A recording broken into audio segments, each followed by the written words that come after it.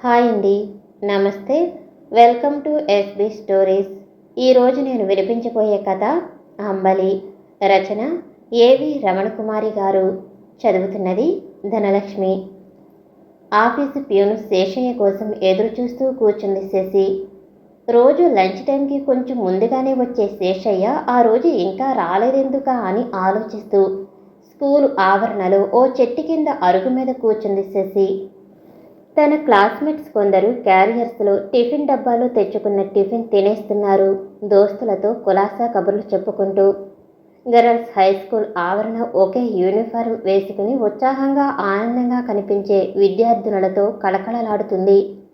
అక్కడక్కడ ఉన్న పచ్చని చెట్ల నీడలలో కొందరు పిల్లలు ఏవో ఆటలాడుకుంటూ ఉన్నారు. శశి స్టాఫ్ క్యాంటీన్కు పోయి ఏమన్నా టిఫిన్ చేద్దామని అనుకుంటూ ఉండగా తళతళలాడుతున్న టిఫిన్ క్యారియర్ చేతిలో పట్టుకుని చెమటలు కార్చుకుంటూ దూకుడుగా వచ్చాడు శేషయ్య. ఆలస్యమయ్యింది తల్లి, ఏమనుకోకండమ్మా అంటూ క్యారియర్ అందించి ఓ పక్కగా నిలబడిపోయాడు శేషయ్య. తలగుడ్డ తీసి ఉసూరంటూ నుదుటి మీద చెమట తుడిచేసుకుంటున్న శేషయ్యని చూసి జాలిపడింది శశి. శశి ట్యాప్ దగ్గర చేతులు కడుక్కుని వచ్చి, శేషయ్య, ఈ ఒక్కరోజుకి రెస్ట్ తీసుకోకపోయావా అంది క్యారియర్ తెరిచి కూరన్నం కలుపుకుంటూ. రెస్ట్ దేనికి, బాగానే ఉన్నా కదమ్మా. ఓటిదో బోటిదో సైకిల్ మీదే కదమ్మా వచ్చేది, కట్టమేముంది ఇందులో. అదేదో ఈరోజు ట్రాఫిక్ మరీ గగ్గోలుగా ఉందమ్మా. అందులో అడుగడుగునా ఈ సిగ్నల్ లైట్ల బెడదొకటి, గడికొకసారి ఆరతా ఎలుగుతా ఉంటాయి. విసుగెత్తిపోద్దమ్మా, అందుకే ఆలస్యమయ్యింది సంజయ్షి చెబుతున్నట్టుగా అన్నాడు శేషయ్య. పర్వాలేదు, లేట్ అయినందుకు నేనేం అనుకోవటం లేదులే అని 2 ముద్దలు అన్నం తిని మళ్ళీ ఇంట్లోకి కావలసిన కిరాణా సామాన్లు, మార్కెట్ నుంచి కూరగాయలు తెస్తావు, బంగ్లాలో మొక్కలకి నీళ్లు పోస్తావు, డాడీ కారు కూడా నువ్వే కదా తుడిచేది. మీ ఆవిడ రత్తమ్మ రోజు వచ్చి మా ఇంట్లో అంట్లు తోమి పెడుతుంది. నువ్వు రోజు నాకు స్కూల్కి క్యారియర్ తెచ్చిస్తావు. ఆఫీసు పనిచేస్తూ కూడా ఇంత చాకరీ చేస్తే డాడీ నీకేమన్నా ఇస్తారా అని అడిగింది శశి. శశి ప్రశ్నకి చతికుడయ్యాడు శేషయ్య. ఆ చిన్నపిల్ల తన గురించి ఇంతగా ఆలోచిస్తున్నందుకు కొంత వింతగానే తోచింది. మెల్లిగా వచ్చి శశికి ఎదురుగా నేల మీద కూర్చుని అన్నాడు, బాబుగారు బ్యాంకులో పెద్ద ఆఫీసరు, అందుకే ఆయనకి బ్యాంకు పక్కనే ఇప్పుడున్న చిన్న బంగళా ఇచ్చారు. అటు ఇల్లు ఇటు బ్యాంకు దగ్గరే ఉండటం చేత ఏ పనైనా నాకు ఒకటిగానే ఉంటుంది. ఆయన చెప్పిన పని నేను చెయ్యాలా, ఇదే నాకు తెలుసు. అది ఇంటి పనా బ్యాంకు పనా అన్నది నా మధ్యలోకి రాదు. ఇంటి పని చేయకూడదు, బ్యాంకు పని అయితేనే చెయ్యాలా అన్న రూలు గురించి నేను పట్టించుకోను. బాబుగారు ఏమన్నా ఇచ్చినా ఇవ్వకపోయినా ఆయన ఏ పని చేయమని చెబితే అది చేయటమే నా వంతు తల్లి అన్నాడు శేషయ్య వినయంగా. శశి అంతా తల ఊపుతూ వింది. ఏ పనైనా ప్రతిఫలం ఆశించకుండా చేయాలని క్రితం రోజే భగవద్గీత క్లాసులో నేర్చుకున్నది గుర్తుకొచ్చి ఆలోచనలో పడింది శశి. అలా ఆలోచిస్తూనే యాంత్రికంగా పెరుగన్నం తింటూ ఉండగా పొలమారింది. తిన్నగా భోంచేయి తల్లి, గలాసు ఇట్ట ఇవ్వమ్మా, మంచినీళ్లు తెచ్చిస్తా అంటూ గ్లాసు అందుకుని ట్యాప్ దగ్గర నీళ్లు పట్టి తెచ్చి శశికి అందించాడు శేషయ్య. నీళ్లు తాగుతూ ఉంటే, ఇంటికాడ డైనింగ్ టేబుల్ మీద తినే తల్లివి, ఏడు కింద అరుగు మీద కూకుని తినాలంటే కట్టవేయు మరి అన్నాడు శేషయ్య నవ్వుతూ. మాకు డైనింగ్ టేబుల్ లేదు శేషయ్య ప్రస్తుతం. 2 నెలల క్రితం డాడీ ఇక్కడికి ట్రాన్స్ఫర్ మీద వచ్చేస్తుండగా లారీలో తెస్తుంటే అది విరిగిపోయింది అని చెప్పింది శశి. మరెట్టా చేస్తున్నారమ్మా, మీలాటోళ్ళకి డైనింగ్ టేబుల్ లేకుంటే కట్టం అవదా భోజనాలకి అన్నాడు అమాయకంగా. అందుకే డాడీ కొత్త డైనింగ్ టేబుల్ చేయిస్తున్నారు, ఓ వారం రోజుల్లో రెడీ అవుతుందని నిన్న చెప్పారు అంది శశి తను ఖాళీ చేసిన టిఫిన్ క్యారియర్ శేషయ్యకు అందిస్తూ. శశి ట్యాప్ దగ్గర చేతులు శుభ్రం చేసుకుంటూ ఉంటే శేషయ్య టిఫిన్ కడిగి శుభ్రం చేశాడు. మరికి నేను వెళ్ళొత్తా తల్లి అన్నాడు శేషయ్య శశితో యువతలకి వచ్చేస్తూ. ఇదిగో శేషయ్య, నువ్వు కాఫీ కానీ టిఫిన్ కానీ పుచ్చుకో అంటూ తిరిగి వెళుతూ ఉన్న శేషయ్య చేతిలో ₹1 పెట్టింది శశి. దండాలమ్మా అన్నాడు కృతజ్ఞతగా శేషయ్య. చిన్నవాళ్ళకి పెద్దవాళ్ళు దండం పెట్టకూడదు శేషయ్య, థ్యాంక్స్ అనాలి అంది నవ్వుతూ శశి. థ్యాంక్స్ అని అతి కష్టం మీద చెప్పి శేషయ్య తెగ సిగ్గుపడిపోతూ బయటికి నడిచాడు. లంచ్ అవర్ అయినట్టు బెల్ వినిపించగానే తన 10th క్లాస్ రూమ్లోకి నడిచింది శశి. ఆ రోజు స్కూల్ వదిలేయగానే రోజు తన్ని ఇంటికి తీసుకుపోవటానికి వచ్చే కారు కోసం ఎదురు చూస్తూ కూర్చుంది శశి. కానీ ఎంతసేపటికి కారు రాకపోయేసరికి సిటీ బస్సులో ఇంటికి వెళదామని బస్టాప్ కేసి బయలుదేరింది. అలా నడుస్తూ కొంత దూరం వచ్చేసరికి వాన మొదలవటంతో పరుగెత్తి దాని పక్కనే ఉన్న చెట్టు కింద నిలబడింది శశి. అప్పటికే చెట్టు కింద నిలబడి ఉన్న శేషయ్య మరో కుర్రాడు కనిపించగానే, ఇంటికి వెళుతూ ఇలా నిలబడిపోయావా అంది శశి. అవునమ్మా, బస్సు దిగి ఎళతా చినుకులకి ఇక్కడికి చేరాం. ఈడు మా పెద్దోడు. మొన్న కట్టెపేళ్ళు పగలేస్తా ఉంటే కంటికి దెబ్బ తగిలింది. హాస్పిటల్లో చూపించి తీసుకుపోతున్నా అన్నాడు శేషయ్య. కన్నుకేం కాలేదు కదా అంది శశి ఆకుపచ్చని గుడ్డ కట్టి ఉన్న కుర్రాడి కంటికేసి చూస్తూ. కంటికి దెబ్బ తగల్లేదు. కోలికలో చిన్న పేడు గుచ్చుకుందట. అది తీసి కట్టుకట్టారు. ప్రమాదమేం లేదు. ఓ వారం రోజుల్లో తగ్గిపోద్దన్నారు అని చెప్పాడు వివరంగా శేషయ్య. ఈ అబ్బాయి ఏం చేస్తున్నాడు అని అడిగింది శశి. చేతానికి ఏరే పనుందమ్మా చదువుకోనాళ్ళకి. ఈడు మా చిన్నోడు ఇద్దరు కూలి పనికి వెళ్తున్నారమ్మా. నిరాశ కొంచెం కూడా ధ్వనించకుండా శేషయ్య ఆ మాటలన్నా ఆ క్షణంలో అతని ముఖంలో తారట్లాడిన విషాద రేఖల్ని గమనించింది శశి. అందరూ పనిచేస్తారన్నమాట మీ ఇంటో. అది ఆ విషయం తాను కొత్తగా తెలుసుకున్నట్టుగా. చేయకపోతే ఎట్టాగమ్మా, పూట గడవదు లేకపోతే. మరి ఇట్లాంటి అవాంతరాలు జ్వరాలు జబ్బులు ఇక ఉంటనే ఉంటాయిగా అన్నాడు. ఏదో అర్థం చేసుకుంటున్నట్టు తల ఊపుతూ నుంచుంది శశి. వాన జోరు ఎక్కువైంది. జల్లుకి అక్కడ నుంచోవటానికి కూడా వీల్లేకుండా కాళ్ళ కిందకి నీళ్లు రాసాగాయి. పైనుంచి చెట్టు ఆకుల సందుల్లోంచి పడుతున్న వర్షానికి తల తడుస్తుంది. పోనీ ఆటోలో వెళదామని దారిపోయే ఆటోలన్నీ కేకపెట్టి పిలిచినా ఏ ఒక్కటి ఆగలేదు. ఇదంతా చూసి, అమ్మా, వాన కుండపోతగా ఉంది. నా గుడిసె ఇక్కడికి దగ్గరే. ఒక్క పరుగు తీస్తే ఆడికి చేరిపోతాం.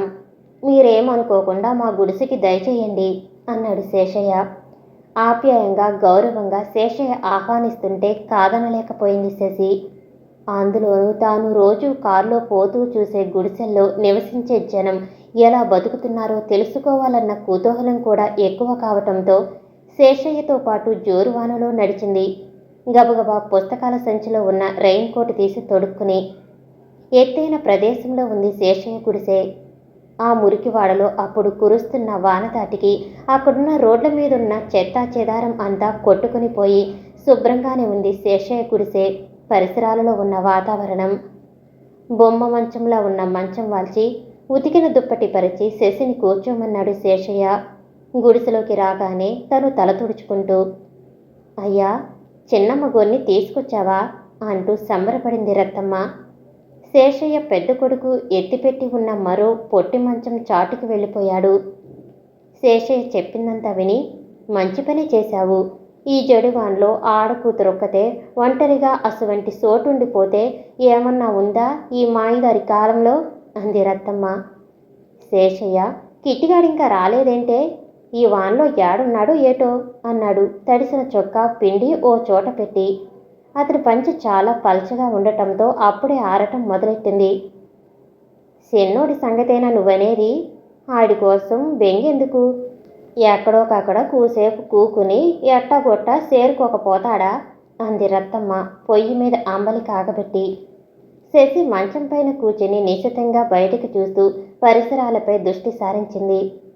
వాన్ తగ్గుముఖం పట్టగానే ఇరుగు పొరుగు గుడిసెల్లో పెద్దవాళ్లు వెలుపలికి వచ్చి గుడిసెల మీద తాటి ఆకులు సరిచేసుకోసాగారు.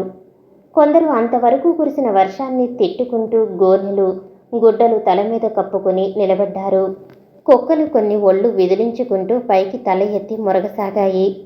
గుడిసెల్లోంచి కొన్ని కోళ్లు రెక్కలు విప్పుకుని పరిగెత్తుతున్నాయి. పక్కనే పారుతున్న మురిగి కాలవలో పొంచి ఉన్న దుర్గంధం వాన తగ్గగానే మళ్ళా తల ఎత్తింది. తను పూర్తిగా సమసిపోలేదంటూ. చిన్నమ్మగారు, ఇందమ్మా, రవ్వని అంబలి తాగండి అన్న రత్తమ్మ మాటలతో ఆలోచనలోంచి తేరుకుని, ఇప్పుడు ఇవన్నీ ఎందుకు అంది కొంచెం బెదురుగా. పుచ్చుకో తల్లి, పర్వాలేదు. శేషయ్య అదేం అపరాధం కాదన్నట్టుగా అన్నాడు. చూడమ్మా, మీ అంట్లు నేనేగా తోల్చేది. మీ బట్టలు కూడా ఉతికేది నేనే. ఆమెగోరికి రొట్టెలు ఒత్తి పెట్టటం, బియ్యం ఏరటం, ఈ పనులన్నీ నా చేతులతోనేగా చేస్తాను. మరి ఈ చేతులతో ఇచ్చే అంబలి తాగటానికేం తల్లి, సిగ్గుపడక తీసుకోమ్మా అంది ఓ ప్లాస్టిక్ గ్లాసు అందిస్తూ. శశి బాగా కడిగి అత్యంత పరిశుభ్రంగా కనిపిస్తున్న ఆ ప్లాస్టిక్ గ్లాసు అందుకుని అంబలి తాగుతుంటే, మీ నాన్నగారు అన్నం వల్ల చేపిస్తా ఉండారటగా అని అడిగింది రత్తమ్మ శశిని. అవునన్నట్టుగా తల ఊపి ఖాళీ చేసిన గ్లాసు కింద పెట్టింది శశి. అది తయారైనాక ఇంటికెట్టా చేర్చాలని మీ నాన్నగారు అనుకుంటున్నారంట. అప్పుడు లారీలో తెస్తా ఉంటే మీ అన్న బల్ల ఇరిగిపోయిందటగా. ఇప్పుడు ఈ కొత్త బల్ల కూడా బండి మీద కానీ రుచ్చాలు కానీ తెస్తే ఏమొద్దోనని భయపడుతున్నారట. మీ అమ్మగారికి కూడా అదే బెంగ పట్టుకుంది అంది రత్తమ్మ. దానికంత ఇదైపోవటం ఎందుకు? మనం లేవంటే తయారవగానే నువ్వు నేను మన కుర్రోళ్ళిద్దరూ కలిసి నెత్తి మీదెట్టుకుని మోసుకుపోయి అయ్యగారి ఇల్లు చేరేస్తే పోలా అన్నాడు శేషయ్య. ఈ విషయమే నేను చెప్పా అమ్మగారితో అంది రత్తమ్మ. డాడీతో మీరెలా అన్నారని చెబుతాలే అంది శశి అక్కడి నుంచి బయలుదేరుతూ. ఇవాళ ఎట్టా వాన రావటం, నువ్వు మా గడప తొక్కటం అంతా మాకు ఆనందంగా ఉంది తల్లి అన్నాడు శేషయ్య శశిని ఇంటికి పంపిస్తూ.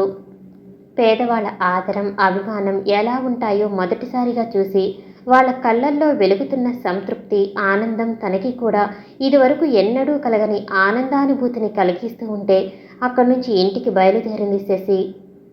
ఓ నెల రోజులు గడిచిపోయాయి.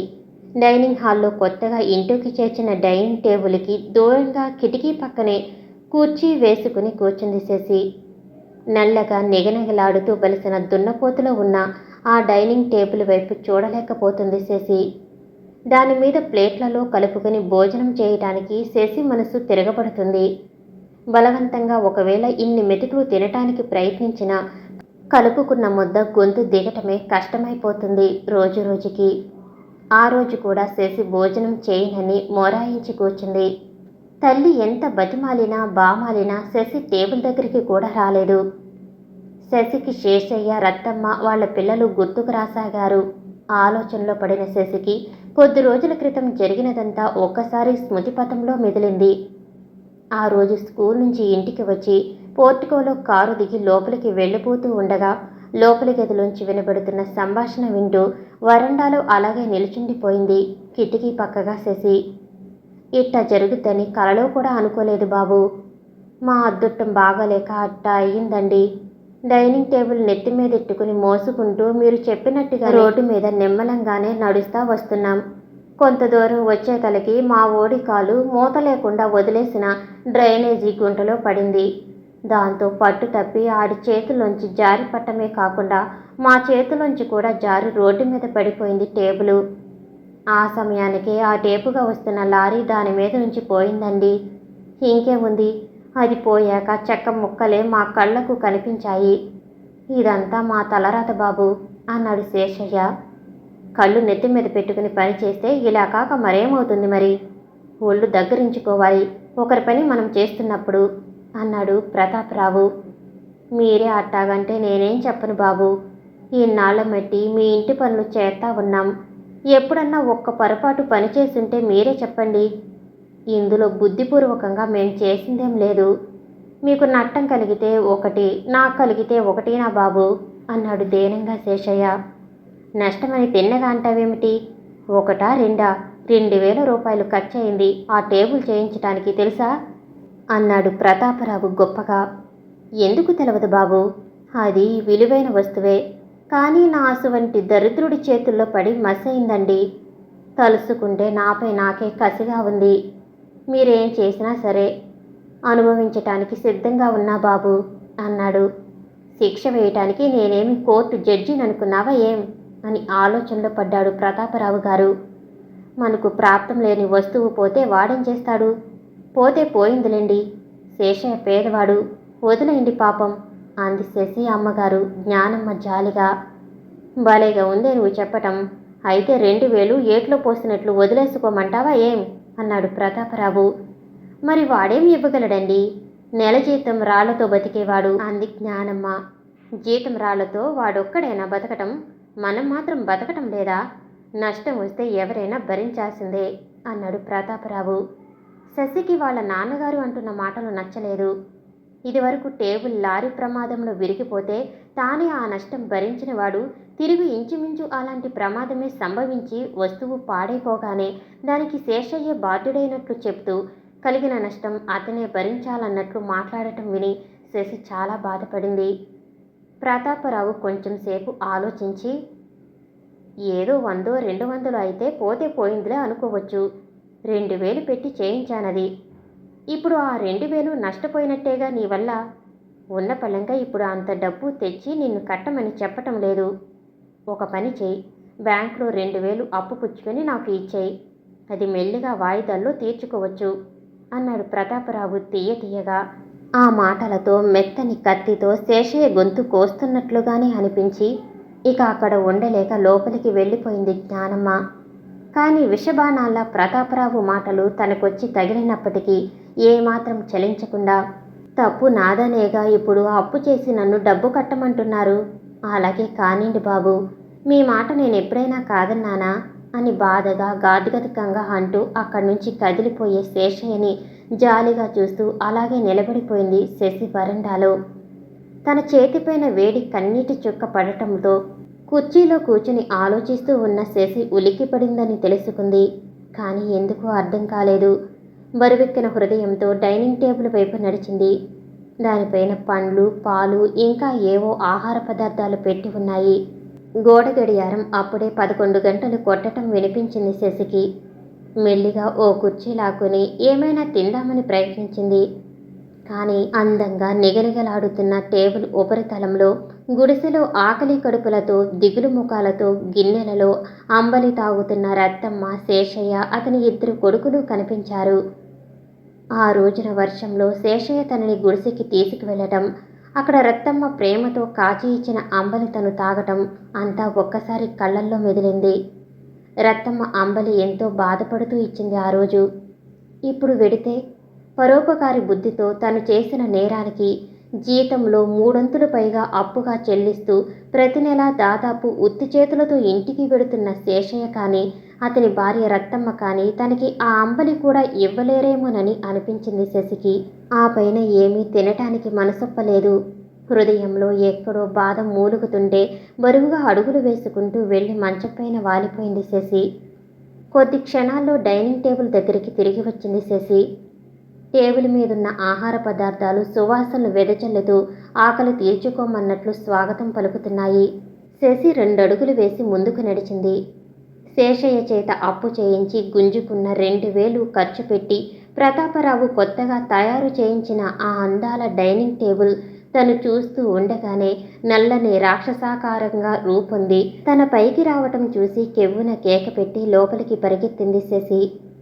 కెవ్వుమంటూ శశి పెట్టిన కేకకు ప్రతాపరావు, జ్ఞానమ్మ నిద్రలోంచి లేచి శశి పడుకుని ఉన్న గదిలోకి వచ్చారు. అప్పుడే నిద్ర మేలుకొని మంచం పైన కూర్చుని ఉన్న శశి వాళ్ళకి కనిపించింది. ఒళ్ళంతా చెమటలు పట్టి ఉన్నాయి. జ్ఞానమ్మ వచ్చి శశి పక్కనే కూర్చుని, పాలు గాని మంచినీళ్ళు గాని తాగుతావా తల్లి అంది. ఆమె మాటల్లో రత్తమ్మ గొంతు వినిపిస్తుంటే అవేమీ వద్దన్నట్టు తల ఊపి, కొంచెం అంబలి అంటూ వెంటనే మంచం పైన వెనక్కి వాలి అప్పటికప్పుడే మళ్ళా నిద్రలో మునిగింది శశి. ప్రతాపరావుని, జ్ఞానమ్మని ఆశ్చర్యంలో ముంచేస్తూ. సమాప్తం. నేను వినిపించే ఆడియో కథలు, నవల్స్ మీకు నచ్చినట్లయితే మరిన్ని కథల కోసం షేర్ చేసి, లైక్ చేసి, సబ్స్క్రైబ్ చేసుకోండి. Thank you for watching.